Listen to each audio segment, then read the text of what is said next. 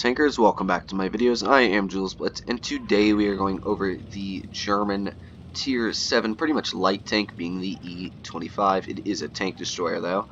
Now, this tank is pretty nasty. It has a 160 alpha gun featuring a 3.2 second reload, which is just insane, dealt with this amazing cam rating. But as always, I'm going to start with the statistics, and then I will go over how to run the vehicle, how to take it out. I'm not going to show the armor profile because it literally has 0 armor, and then I will say whether or not it's worth it. So this tank has a total hit point pool of 1,000, which isn't a very large amount. Now I'm not sure why I'm not running the hit point buff. I now realize that I'm not, which is quite odd, but do run the hit point buff. Ignore what you see on screen. And the view range on this tank is 266.1, which is actually very good, especially for a tank destroyer at tier 7. Now this tank has a damage per minute of exactly 3,000, dealing just crazy amounts of damage super quickly. It has 194 penetration on its APCR standard pen, and the heat it gets has 250, which is just insane. Now this tank only does 160 damage, as I did say before, but you can see it makes for this just amazing reload where you can just keep tapping your enemy. Now your reload time is 3.2 seconds. I don't run I usually do run calibrated. However, this is one of the tanks that I make an exception for, and I run gun rammer just to get that extra bit of damage out. Now this tank has an amazing gun handling statistics. Its aiming time is 1.36 seconds, and its dispersion is 0.272, which is also very, very good. Even when turning the gun, it is still very, very good dispersion. The gun depression on this tank is 8 degrees, which is a lot for how small this vehicle is, and has 15 degrees of gun elevation. The aiming arc is 24 degrees in total, 12 to the right, 12 to the left. This tank weighs only 26 tons, so don't ram anything with it. Even light tanks are going to be heavier than you. You will lose the vast majority of your hit points when ramming. This tank goes 65 forwards, which is really quick, and 20 backwards, which is still pretty quick, judging that it is a tank destroyer that can actually back up quicker than some heavy tanks go forwards. Now, the effective power to weight ratio is 24.4, which is actually a very nice power to weight ratio, and the traverse speed on this tank, giving it 53.46 degrees a second, is also very good. And one of the best concealment rates in the game at 48%. I think this is the most concealed tank in the entire game. That is how good it is. I think it's actually better than RHM. You'll see the next game I'm able to snipe tanks from literally 200 meters away without even being detected. It's just that good. But you can see in total, we did pretty good this game. 2,608 damage. Wasn't spectacular. I didn't get any spectacular games in this tank, but it is actually a very fun tank to run. You can see in the end 39,000 credits, and that was without premium. With premium, probably about 70,000. It earns decent credits. It is a premium, as you know. Overall, just a very nice game. We did almost best on the team. My friend just managed to pick up a bit more in the very bad Vindicator, so that is quite impressive. But let's get stuck into that second replay. Now, the second map being Canyon. Now, if you haven't seen my videos before, this is one of my least favorite maps for tank destroyers. And the reason is because the mediums that usually push up to the middle, however, our E25, which has 10 degrees of gun depression, does not push there. But usually you want to when you have 10 degrees of gun depression, and the reason is because you spot the tanks that try and camp and hide. And that's really bad for tank destroyers, because as soon as you shoot in that tank destroyer, that medium spots you, and you got to get the hell out of there, or you are going to be killed. But you can see I was waiting in this bush just to make sure nobody was pushing here. As soon as I saw that 62 Dragon over there, though, I knew they weren't going this way. I just wanted to be careful and make sure they were not going up that middle hill, because if they did, they would have already spotted about half the team, which really sucks.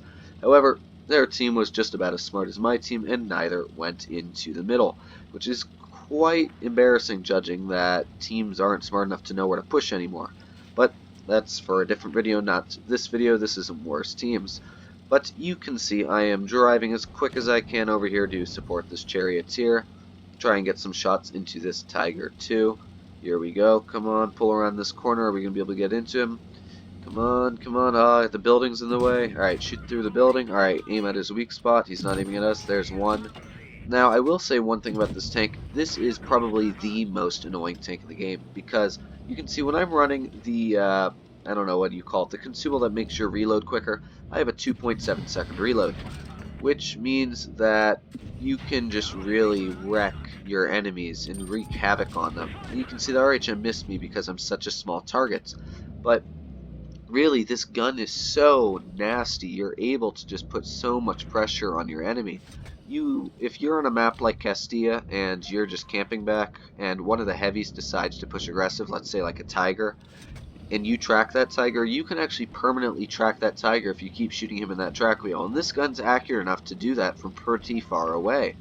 But we're going to pour on the score. Come on, can we get the snap of the tiger? Yes, we can. Now we got a tiger P up on top of the hill. Are we going to be able to get him? I don't know. I was going to try and shoot that Tiger Peep, but there was a lucky M6 that decided to pull out. So we're going to try and shoot at him. Wait for that aiming circle to aim in. Boom, one shell. We're going to be able to get him again? Well, I don't know, because the Charioteer decides to lose 90% of his hit points and block me as well. Now, the E25 does have a very accurate gun, as you can see. Its dispersion, as I went over in the statistics, is very, very nice. Also, if the statistics seem a little bit buggy and different, it's because I am currently on vacation, so since yesterday I've been recording pretty much on my computer. I brought the mic with me, but I don't have my mouse, so it's going to be much harder for me to record. I don't really have a setup anywhere. It's just my computer and a mic. But so far it seems to be doing pretty good, so you can see that we're doing pretty good so far. But I am shooting this M6 now, and that M6 is only 220 meters away. We're not spotted. That shows you how good this camera rating is. If I was an RHM, I would have been spotted there. I would not have been spotted until I shot, but I would have eventually gotten spotted. I can literally shoot at those tanks from 220, 215 meters away and not even be spotted. That's how excellent this camera rating is.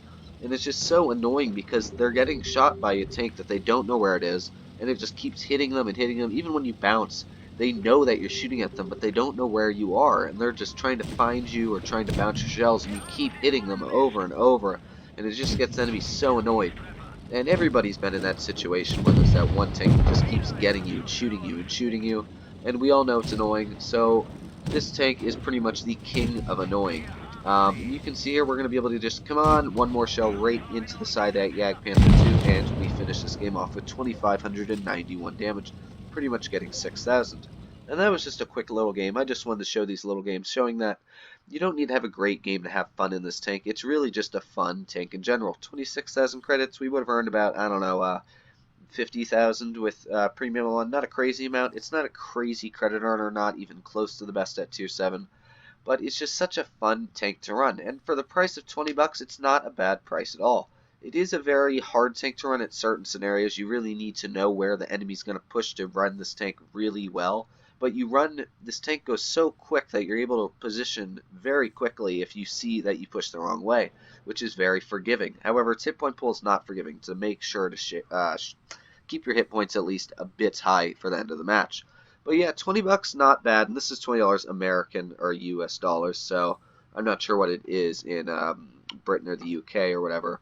But I think it is worth it. I really do believe that this is an excellent tank, and it's great just to have a little bit of fun and to add to your collection. If you did like this video, though, please make sure to subscribe and leave me a comment down below letting me know which part you liked and which parts you didn't. Thanks for watching, though. I'll see you in the next one.